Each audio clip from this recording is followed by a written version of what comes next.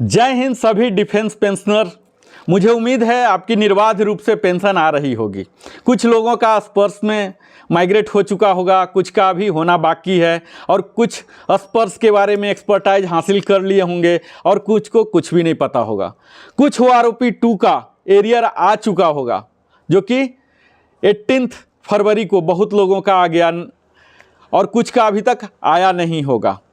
कई लोगों का OROP 2 का जो टेबल रिलीज हुआ है, जो टेबल नंबर 7 है, सर्कुलर नंबर 666 PCDA का सर्कुलर, गवर्नमेंट ऑफ इंडिया के नोटिफिकेशन पर आधारित, उसमें कई लोगों का बढ़ा हुआ पेंशन होगा और कई लोगों का घटा हुआ होगा। तो घटा हुआ लोग बड़े चिंतित होंगे कि मेरा बढ़ा नहीं तो क्या घट जाएगा। यानी कि OROP 2 का कंप्लीट क्या है, इसका शगुफा क्या है। हम सब फौजी बंधु उम्मीद करके बैठे थे कि OROP 2 जब आएगा बहुत बड़ा एरियर लेके आएगा, 4 बार ही सही कुछ तो आएगा, 50,000 25,000 4 इंस्टॉलमेंट होंगे। हम सपने सजो लिए थे। हमारे कई मित्र हैं, उन्होंने तो प्लान भी कर लिया था कि हमें टीवी अपग्रेड करना है, फ्रिज कर देना है, बाइक कर देना है, नए कार का डाउन पेमेंट हो जाएगा। इस तरह से कई सपना सजो लिए थे, पर हुआ क्या, यह सब आपके सामने है। इन्हीं बिंदुओं पर आज हम विस्तार में बात करेंगे कि आखिर OROP 2 क्या हुआ, क्या उम्मीद था, क्या होना चाहिए और क्या होगा, हमारे ऊपर क्या जिम्मेवारी है। तो पहली जिम्मेवारी तो यह बनती ही है कि हम इसे बखूबी समझें कि यह क्या है। तो इसी दिशा में हम अपने पेंशनर बंधु को सजग बनाने के लिए आज इस वीडियो में मैं Narendra Kumar, wellness consultant, entrepreneur trainer, आपकी तरह ही भूतपूर्व सैनिक, आज आप सबों को सजग करता हूं लिविंग हैप्पीली के चैनल के द्वारा। और यहां मैं आगे बढ़ूं इससे पहले आप सबों से विनम्र निवेदन करता हूं कि इस चैनल को, लिविंग हैप्पीली को अवश्य ही सब्सक्राइब करें ताकि मैं बड़ी सी बड़ी टीम को रिसर्च पर लगा सकूं, एडिटिंग पर लगा सकूं, पब्लिसिटी में लगा सकूं, ताकि और भी ज़्यादा प्रामाणिक सूचना, जानकारी आपके समक्ष मुहैया कर सकूं। और आपको बेहतर लगे तो अवश्य ही लाइक करें और कमेंट के लिए मैं सदा ओपन रहता हूं। आप कमेंट करके पूछें, बताएं। तो अब मैं बताने जा रहा हूं OROP 2 का, जो कि पेंशनर और फैमिली पेंशनर सबके लिए लागू है। किसके किसके लिए है? तो इसकी जो सर्कुलर आई है PCDA का 666, जिसमें टेबल है जो कि करीब 250 पेजेज का है। तो आप लोग 250 पेजेज तो पढ़ने बस की बात नहीं है। इसमें मूल 2 ही टेबल है, टेबल नंबर 7 और टेबल नंबर 8। टेबल नंबर 7 है 2016 से पहले के रिटायरी के लिए, यानी कि नॉन कमीशन्ड ऑफिसर जो JCO हैं, HFO, HFL तक हैं, उनके लिए। और टेबल नंबर 8 यही सब रैंक, लेकिन जो 7 CPC में रिटायर हुए। तो यह 2 टेबल है। तो एनोमली की बात की जाए तो इन्हीं टेबल से ही प्रारंभ हो जाती है। जब OROP का दावा है कि 1 रैंक 1 पेंशन और इसका बेस ईयर जब 2018 का मिनिमम और मैक्सिमम लिया गया है, तो सिंपल है कि जो 7 CPC में रिटायर हुए 2018 में, उनका जो मैक्सिमम मिनिमम था वह एवरेज क्यों नहीं लिया गया। यानी कि उसी लेंथ ऑफ सर्विस के लिए सेम रैंक का 2018 का एवरेज जो कि रिटायर हुए 18 में, उनसे ले लेना था, लेकिन वो नहीं लिया गया। क्या क्या समस्याएं आई होगी, क्या क्या आधार लिए, इन तमाम बातों पर हम बात करेंगे। तो यहां मैं आपको बता दूं कि OROP 2 की शुरुआत का जो बीज था वह OROP 1 में ही था। यानी कि हर 5 साल के बाद यह रिवीजन होगा, ऐसा प्रावधान उसी में दे दिया गया था, जो कि लेटर था जारी 2015 का ही, उसी में दिया गया था। और अभी 1 जुलाई 2019 से OROP 2 को लागू होना है, जिसके लिए महामहिम राष्ट्रपति भारत के उन्होंने नोट दे दिया है, इजाज़त दे दिया है। और इसी के आधार पर सारे कुछ स्टार्ट हुआ। अब जो स्पर्श में माइग्रेट हो चुके हैं उनमें से करीब 20,75,000 अभी तक स्पर्श के वेबसाइट के मुताबिक माइग्रेशन हो चुका है डिफेंस पेंशनर का, जिसमें से करीब 4.5 लाख का न्यू OROP 2 के हिसाब से एरियर भी पेमेंट हो चुका है। और कुछ का तो जनवरी माह से ही न्यू रेट से आने लगा और कुछ का फरवरी माह से आना शुरू हो जाएगा। और कुछ का जो माइग्रेटेड नहीं हुए हैं और टेबल में जिनका इन्हेंस्ड वैल्यू दिखा रहा है, तो उनके लिए भी इस महीने तक यानी कि फरवरी के एंड तक उनका भी OROP2 में आ जाएगा। लेकिन यह परसेंटेज जिनका एरियर आ गया है या आ जाएगा, यह तभी होगा जब आपका टेबल में इन्हेंस दिखा रहा हो। मैंने अपने पिछले वीडियो में टेबल भी दिखाया था और यह भी बताया था कि टेबल को किस तरह से आपके लिए रीड करना है, क्या क्वालिफाइंग सर्विस आपका है और क्या रैंक है, यानी कि कॉलम को और रो को किस तरह से रीड करना, यह मैं सब बताया था। तो यहाँ यह नहीं बता पाऊंगा। अब यहाँ इस वीडियो में मैं फोकस यही करूँगा कि बड़े ही कम संख्या में यानी कि लेस देन 25% डिफेंस पेंशनर ही हैं जो कि अभी तक इसके लाभार्थी हुए हैं या होंगे। ऐसा क्यों? जब सबकी उम्मीद थी, जब OROP का फिलॉसफी जो है ये सब पर लागू होना था, तो क्यों नहीं हुआ? अब अगर नहीं हुआ तो इसके लिए क्या क्या करना है, इसे संक्षेप में हम बात कर लेते हैं। तो इसके लिए 12 मार्च 2023 को जंतर मंतर में सबके लिए अवेयरनेस के लिए, सरकार की ध्यान आकर्षण के लिए, इससे जो रिलेटेड ब्यूरोक्रेट्स हैं, जो भी ऑफिशियल हैं, उन सब को अवेयर करने के लिए, समस्याओं से अवगत कराने के लिए एक शांति मार्च निकाला जा रहा है जो कि दिल्ली के जंतर मंतर में होगा 12 मार्च को। उसके बाद इसके साथ ही और भी कई चीज किए जा रहे हैं। उन्हें PM साहब को, रक्षा मंत्री को, इन्हें पत्र द्वारा भी आगाह किया जा रहा कि ये सब एनोमली है। और भारत में सदैव लीगल रिकोर्सेस तो रहते हैं, यानी कि कोर्ट कचहरी के रास्ते, चाहे वो सुप्रीम कोर्ट तक ही जाकर क्यों न खत्म हो, ये तो जाता ही है। जैसा कि अभी तक इतिहास गवाह रहा है, डिफेंस पेंशनर के कई केस, चाहे वो MSP का हो या CSD ECHS से रिलेटेड हो, कई तरह की केस, डिस्क्रिमिनेटरी इरेगुलरिटी जो रहा है CSD में, ESH में या DGR सर्विस में, कई तरह के वहाँ कोर्ट का दरवाज़ा खटखटाया गया है और यह पाया गया है कि सफलता भी मिली है, यानी कि न्याय भी हमें मिला है।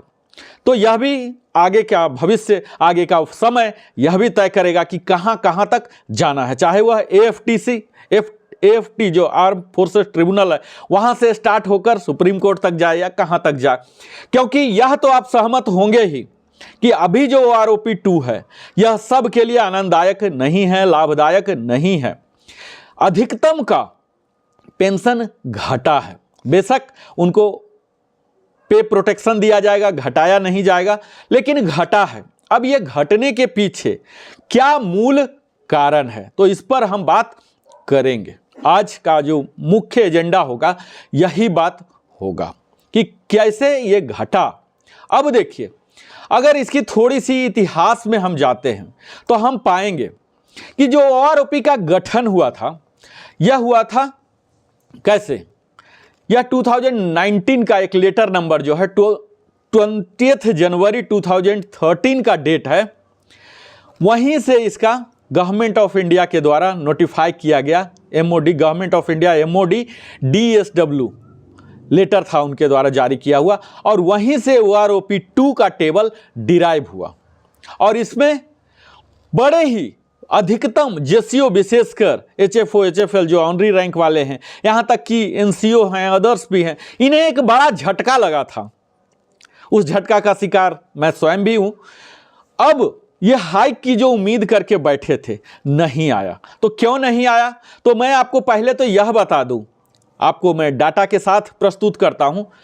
कुछ रैंक हैं जिन्हें इस OROP2 में लाभान्वित हुए हैं। वो कौन कौन से रैंक हैं, तो उसमें सिपाही हैं। सिपाही का करीब बढ़ोतरी 1677 मूल पेंशन में हुआ है। वहीं सिपाही जो 19 ईयर्स के हैं, 17 ईयर्स वाले के 1600 करीब हुआ, और वही 19 ईयर्स के जो हैं उनका 1374 हुआ है। वही नायक जो 22 ईयर्स करके रिटायर हुए हैं उनका 2817 का बढ़ोतरी हुआ है। वही हवलदार जो 24 ईयर्स करके गए हैं, इनका 2190 तक का बढ़ोतरी हुआ है। और ऑनरी नायब सूबेदार जो हैं, जो 24 ईयर्स किए हैं, इनका 2097 हुआ है। तो यही ले देकर 5 रैंक हैं जिनमें बढ़ोतरी दिख रही है। और इसके बाद जैसे ही आप आगे बढ़ेंगे जेसीओ में नायब सूबेदार के लिए, तो उनका निगेटिव ग्रोथ हुआ है, यानी कि 1916 का घटा दिया गया है उनके टेबल में, जो कि 26 ईयर्स के अगर नायब सूबेदार हैं। इसी प्रकार नायब सूबेदार अगर 28 ईयर्स वाले हैं तो उनका 1532 रुपीज घटा दिया गया है। इसी प्रकार अगर आप सूबेदार रैंक का देखेंगे तो 1829 रुपीज उनके भी मूल पेंशन से घटा दिया गया है। सूबेदार का जो कि 30 ईयर्स सर्विस अगर क्वालिफाइंग लिया जाए तो उनके लिए 1614 रुपीज घटा दिया गया। इसी तरह से सूबेदार मेजर जो 33 ईयर्स सर्विस करके रिटायर होते हैं, इनका भी 126 घटा दिया गया। ऑनरी लेफ्टिनेंट जो हैं इनके 33 ईयर्स क्वालिफाइंग सर्विस वाले को 152 घटा दिया गया है। और ऑनरी कैप्टन जो है उनका 41 रुपीज घटा दिया गया मूल पेंशन से। तो घटा दिया गया टेबल में, तो यह आप संकेत के रूप में समझिए, बेशक यह आपको फाइनेंशियल इफेक्ट नहीं करा। और इसी के दूसरे पहलू जो कि अधिकारी गण हैं, अगर मैं मेजर साहब की बात करूं तो मेजर साहब की बढ़ोतरी हुई है करीब 7345 रुपीज प्रति माह उनके मूल पेंशन में। वहीं अगर लेफ्टिनेंट कर्नल साहब की बात की जाए तो 6953 रुपीज की बढ़ोतरी हुई है। वहीं कर्नल साहब का पेंशन मूल पेंशन 12,390 तक की बढ़ोतरी हुई है। वहीं ब्रिगेडियर साहब का 12,343 रुपीज की बढ़ोतरी प्रति माह हुई है। अब मेजर जनरल साहब का 9,479 रुपीज का हुआ है और लेफ्टिनेंट जनरल साहब का 10,000 तक का बढ़ोतरी हुआ। तो यहाँ 5 डिजिट में बढ़ोतरी हुआ है और वहाँ घटौती हुआ है। तो यह किस प्रकार का डेमोक्रेसी है, किस प्रकार की डिफेंस पेंशनर के साथ जस्टिस है। तो कहीं ना कहीं कुछ ना कुछ चूक हुआ है। तो आज इस वीडियो में हम यही देखेंगे कि कहां वो चूक हुआ है और उस चूक का मूल कारण क्या है और उस चूक के रिमेडियल एक्शन हमारे पास क्या है, गवर्नमेंट के पास क्या है, बशर्ते उनके पास विल पावर हो। यानी कि एक फौजी जो आजीवन अपनी पूरी जीवन कुर्बानी देता है, अपने परिवार से दूर रहता है सिर्फ इसीलिए कि हमें बेहतर पेंशन मिलेगा, और एक जवान जो कि अपनी भरी जवानी में बड़े से बड़े लायबिलिटी, बच्चे का पढ़ाना, शादी करना, मकान बनाना, जब अपने लायबिलिटी के पीक पर होता है उस समय उसे सर्विस से निकलना पड़ता है। हम सब यह तथ्यों से अवगत है मित्रों। जब एक फौजी बाहर निकलता है, अपने वर्दी उतारता है, कितने गहरे दुखी मन से निकलता है, क्योंकि उसे अपने परिवार का लायबिलिटी एक पहाड़ के समान दिखता है और उस समय वह एक पेंशन ही है जो उसे एक सहारा, सुरक्षा और सम्मान दिलाता है। तो यह पेंशन सुरक्षा, सम्मान दिलाने के लिए तो यह पर्याप्त मात्रा में, प्रचुर मात्रा में तो होनी ही चाहिए।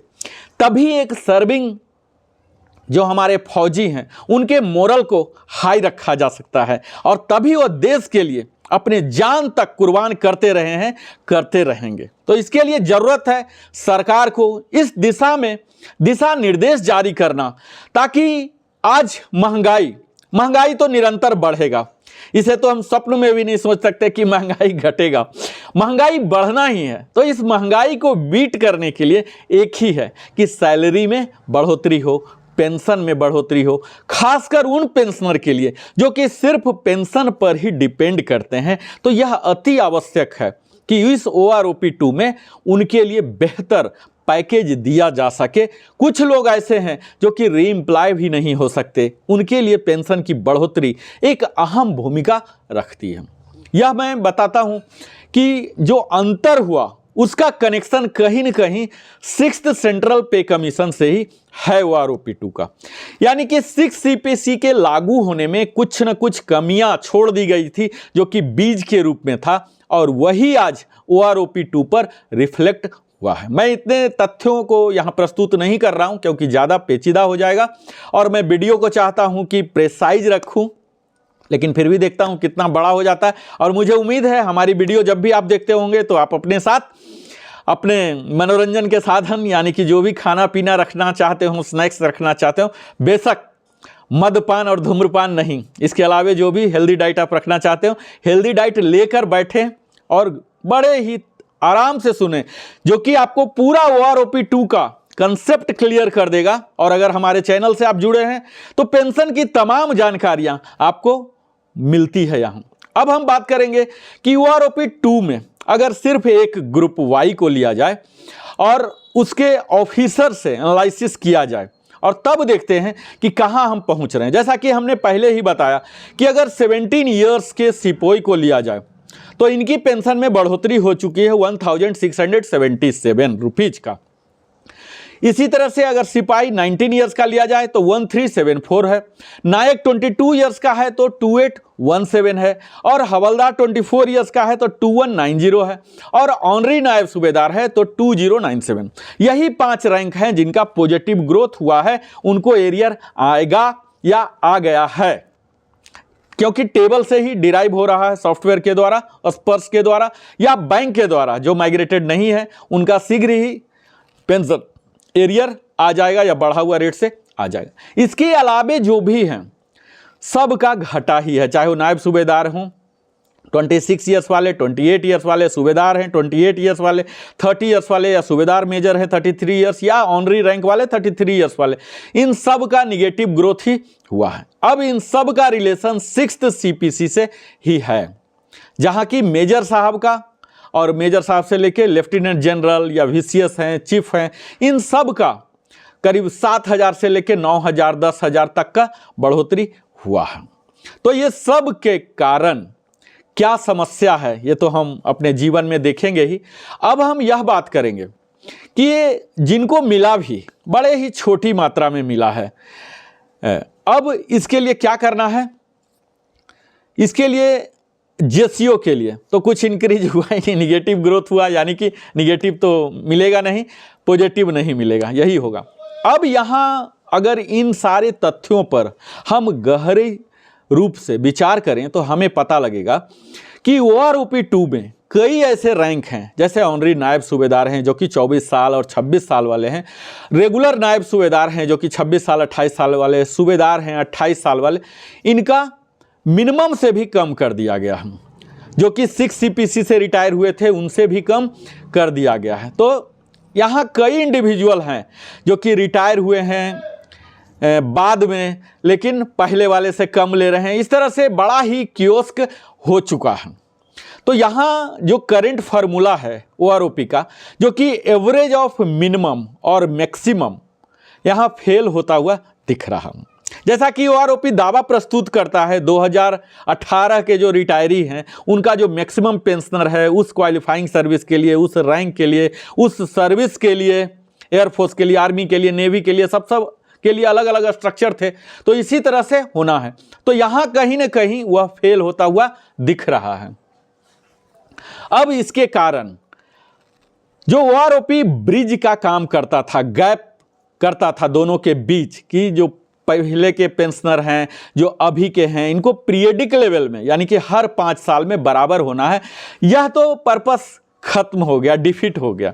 तो अब करंट पेंशनर जो हैं वो कम ड्रा कर रहे हैं जो कि अपने काउंटर पार्ट से और पहले से रिटायरी वाले से। तो इस तरह से कई तरह से समस्याएं आ गई हैं, और इसी के कारण एक अनदर सवाल भी आ रहा कि कैसे डिफेंस पेंशनर के कमीशन रैंक जो हैं उनका इतना बेतहाशा बढ़ोतरी कैसे हुआ और JCO NCO का कैसे घट गया।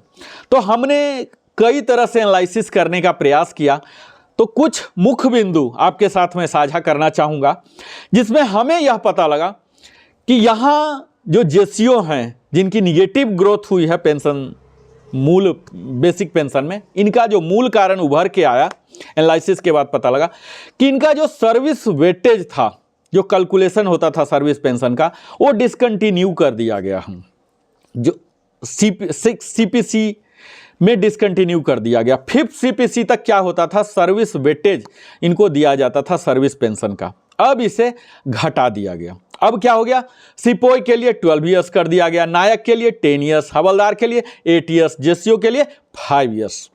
तो ये जो डिसकंटिन्यूटी हुआ 6 CPC के बाद से, यहीं से समस्या ये शुरू हो गई।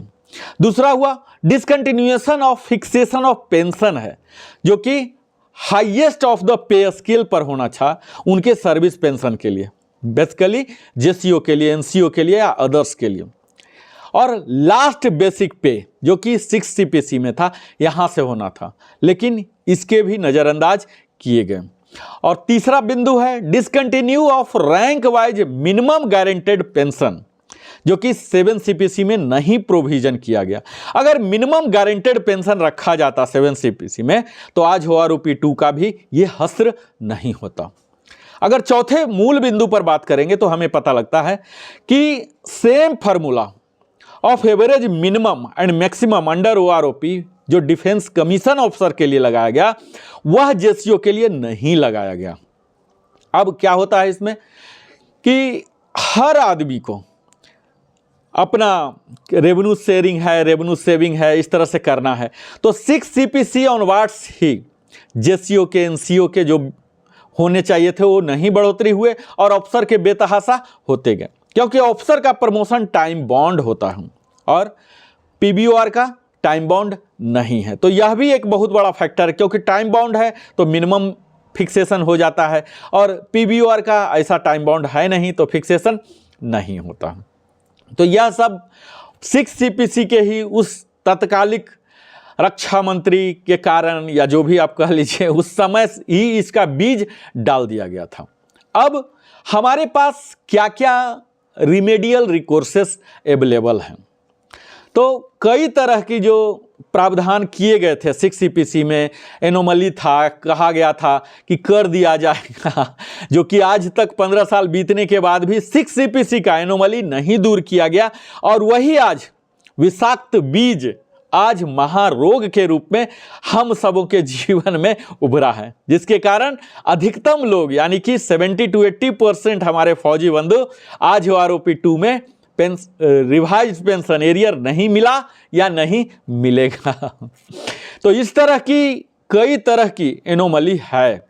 अब इसके लिए करना क्या है, तो अगर इसके लिए रोड मैप तय किया जाए तो इसके लिए हमें पता लगेगा कि इसके लिए हमारी भूतपूर्व सैनिकों की कई संस्थाएं हैं, इन्हें हमें सपोर्ट करना चाहिए। सबसे पहला तो हमें अवगत होना चाहिए कि क्या समस्या है, इस समस्या के लिए कौन कर रहे हैं, कौन सा कर सकते हैं, सक्षम हो सकते हैं। तो इसके लिए हमारे लिए एकता, एकजुटता और लीगल सर्विसेज के लिए जो एडवोकेट हैं इन्हें हायर करने के लिए धन की ज़रूरत है, उसके लिए हमें मदद करना चाहिए, आगे बढ़ना चाहिए।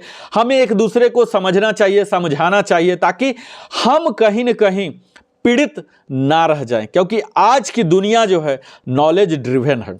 अगर आपके पास नॉलेज है तो इस दुनिया में कोई भी आपको पीड़ित नहीं बना सकता, और अगर आप नॉलेज से चूक रहे हैं तो सदैव पीड़ित ही रहेंगे। तो नॉलेज तो पावर है ही और इसे अप्लाई करना है। तो इसके लिए हमें एकजुटता चाहिए। एकजुट होकर हमारी कई संस्थाएं हैं जो आगे इसे ले रही हैं, जिसमें कि हमें यह देखना है कि प्री मैच्योर रिटायरमेंट जो कट ऑफ डेट है इसे देखना चाहिए। इसे भी इग्नोर किया गया है और कन्फ्यूजन है टेबल 7, टेबल 8 का। टेबल 8 क्यों जरूरी है? जब आप 2018 को बेस ईयर मान रहे हैं तो फिर 7 सीपीसी रिटायरी के लिए अलग टेबल की क्या जरूरत है? सेम टेबल होना चाहिए था। वही रेट जो टेबल नंबर 8 में दिखाया गया वही टेबल नंबर 7 में होना था। कोई एनोमली होता ही नहीं। खासकर ग्रुप एक्स के लिए बहुत बड़ा खामियाजा नुकसान यहां उठाना पड़ा। अब आपके दिमाग में यह आएगा कि अगर 7 सीपीसी रिटायरी वाले के लिए अलग टेबल है, टेबल नंबर 8, 6 सीपीसी के लिए अलग टेबल है, तो फिर OROP की जरूरत क्या है? इसकी आवश्यकता ही क्यों पड़ी? अब कौन कौन इसके लाभार्थी हैं, यानी कि यह फूट डालने की एक तरह की योजना तो नहीं है कि किसी को मिल रहा किसी को नहीं मिल रहा। हो सकता है रैंक क्वालिफाइंग के कारण प्रोपोर्शनल डिफरेंस हो, एक मैथमेटिकल फार्मूला लगे, तब तो यह सबको सरलतम रूप से समझ में आता है। पर बीच के जो जेसीओ रैंक है इन्हें कुछ भी नहीं मिल रहा, ऊपर वाले को बेतहासा मिल रहा, नीचे वाले को थोड़ा सा मिल रहा, तो ये तो एक आम पेंशनर के या आम व्यक्ति के समझ के परे ही नजर आता है। तो इसके लिए हम सबको एकजुट होकर आगे की लिए तैयार रहना है। जैसे हम देश के लिए लड़ते थे, आज वक्त है, हमें अपने लिए तैयार रहना है, अपने इंटाइटलमेंट्स के लिए, अपने हक के लिए, अपने अधिकार के लिए। और उसकी शुरुआत होती है सजगता से। आपकी जो अधिकार है, आप उन सभी विषय वस्तुओं को समझें। हम इसी तरह से निरंतर आपके समक्ष वीडियो बना के देते रहेंगे। हमारी कई श्रृंखलाएं हैं लिविंग हैप्पीली में, जहां स्पर्श के बारे में, पेंशन से रिलेटेड कई देते हैं। अगर इसके और भी गहराई में जाएंगे तो जो रिक्रूटमेंट रूल्स है जो कि जेसीओ एनसीओ के लिए है, तो यह भी प्रॉपरली ड्राफ्टेड नहीं है। और रैंक वेटेज जो होते हैं, कैलकुलेशन सर्विस पेंशन है जो अप्लीकेबल थे 5th सीपीसी तक, वह मिसिंग होना शुरू हो गया 6th सीपीसी से। और जेसीओ एनसीओ और अदर्स के जो कि पहले फिक्स्ड हुए थे नोशनल बेसिस पर, maximum on the pay scale, और 6th सीपीसी में लास्ट ड्रान पर होने लग गए। तो यहाँ डिफरेंस, यही सब डिफरेंस जो कंसेप्ट ऑफ रैंक वाइज है, मिनिमम गारंटेड पेंशन, तो यह इंप्लीमेंट नहीं हुआ 7th सीपीसी में। यानी कि 7th सीपीसी के सर्कुलर में प्रॉब्लम था, वह अब जाके उसका खामियाजा हमें लेना पड़ रहा। और यहाँ नंबर ऑफ ईयर्स की भी जो बात की जा रही है, तो यहाँ कम से कम लिया गया है। तो ये सब इंक्रीमेंट्स जो हैं, इन्हें भी लेसर नंबर ऑफ लिए गए हैं। सेम फार्मूला जो कि जेसीओ के लिए हैं, कमीशन्ड ऑफिसर के लिए अलग लगाए गए हैं, और lower rate of MSP consider किया गया है। तो इस तरह से कई तरह की समस्याएं हैं। मैं अपने अगले वीडियो में और भी कई तरह की इस तरह से जानकारी मैं दूंगा, जिसमें हम यह भी आगे जिक्र करेंगे कि क्या क्या हमारे पास रिकोर्सेस हैं। लीगल रिकोर्स तो सदैव भारत में होते ही हैं सुप्रीम कोर्ट तक जाने के लिए, और इसके साथ क्या क्या कर सकते हैं। तो इसके लिए रिमेडी की अगर बात की जाए तो सर्विस वेटेज, इसे इंप्लीमेंट करना चाहिए। सेपरेट फार्मूला होना चाहिए ओआरओपी का, जो ओआरओपी 2 है जेसीओ एनसीओ अदर्स के लिए, और मिनिमम गारंटेड पेंशन तो होना ही चाहिए। और पीएमआर जो कहला रहे हैं, premature retirement cut off date है, यहाँ पर भी कंसीडर करना चाहिए गवर्नमेंट को कि वो भी किसी न किसी मजबूरी के वजह से ही उन्होंने प्री मैच्योर लिया है, तो उन्हें भी ओआरओपी 2 के एम्बिट में लाना चाहिए। तो इस तरह से तमाम जानकारी आपने हासिल किया। अब जिन्हें पेंशन का एरियर ओआरओपी 2 का मिला है तो बहुत बहुत बधाइयाँ हो, और जिन्हें नहीं मिला है, खासकर एक्स ग्रुप के जेसीओ को, ऑनरी को, वो टेबल में अध्ययन करें। अगर आप चाहते हैं कि मैं टेबल में एक एक को दिखाऊं, आपको ये लिए बना के दिखाऊं, तो भी आप बना के मैं दिखा सकता हूं। आप ज़रूर, हमारी टीम उस पर काम कर रही है ताकि आप इजीली उसे देख सकें। अगर आपको किसी भी तरह के सवाल है, मन में विचार है, आप किसी और पेंशनर के साथ साझा करना चाहते हैं, हमें सलाह देना चाहते हैं, या कमियां निकालना चाहते हैं, कमेंट सेक्शन का अवश्य ही इस्तेमाल करें। मैं भरपूर प्रयास करूंगा यथाशीघ्र आपके कमेंट का जवाब दूं। और इन्हीं सारी बातों के साथ मैं फिर अगले वीडियो में आता हूं, अगले बिंदु पर। तत्काल ओआरओपी 2 का मैं बहुत लंबा बनाते हुए नहीं, यही सारांश में कहूंगा कि हमें आगे के लिए तैयार रहना है। अगर मिल गया है तब भी जानकारी हासिल करना, नहीं मिला तो क्यों नहीं मिला, और इसके लिए क्या क्या करना है, इन सब के लिए तैयारी करना है। जैसे हम फौज में मित्रों तैयार रहते थे सदैव युद्ध के लिए, इसी तरह से आज के युग में भी, आज के समय में भी हमें तैयार रहना है अपने अधिकारों को जानने के लिए, जागरूक रहने के लिए, और उसे किस तरह से अपने अधिकार को खुद के लिए मुहैया करा सकें, इसके लिए प्रयासरत रहना है। और अंत में आप सबों से विनम्र निवेदन करता हूं कि आप अगर हमारे चैनल लिविंग हैप्पीली को अभी तक सब्सक्राइब नहीं किए हैं तो अवश्य ही सब्सक्राइब करें। सब्सक्राइब करने से हमारे चैनल को आपकी तरह ही ग्रोथ और डेवलपमेंट का एक बेहतर अपॉर्चुनिटी मिलता है। आप लाइक करें, जिससे हमारे हौसला बढ़ते हैं, हम और बेहतर से बेहतर वीडियो अपने टीम के साथ लेके आएंगे। आप अपने जीवन का बहुमूल्य समय हमारे साथ देते हैं और हमारी जिम्मेवारी और भी बढ़ा देते हैं, ताकि हम और भी बेहतर वैल्यू एडिशन आपके लिए मुहैया करा सकें।